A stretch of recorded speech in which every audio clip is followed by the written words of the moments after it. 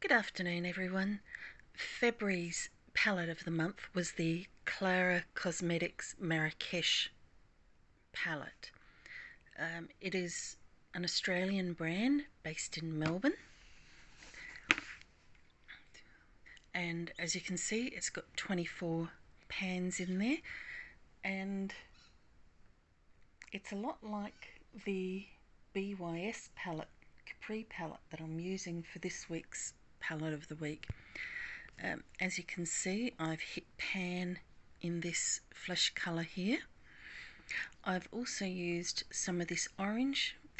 I love the mustard colour. So I'll see if I can show you a bit better. Yep, so that mustard colour's had some use as well. And a little bit of this cream colour.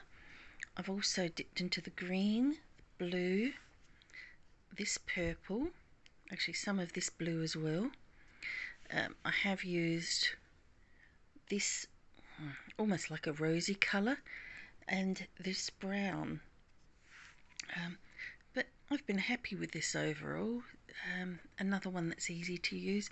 You don't need to use very much eyeshadow because it is nicely pigmented, but not overly done. Now let's see what March's palette of the month will be.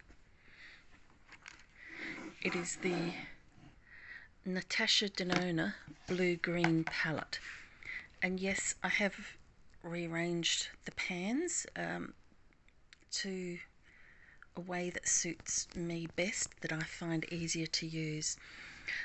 I already have pan in this denim blue. I have some good use in the green here and this khaki kind of colour. As you can tell, I've used these two here pretty well. A little bit of use here, plus in these two there's a little bit of use. And over in this corner here I have used these two browns and this one here. Now let's do some swatches. We'll go for my favourite. It's like a nice denim blue.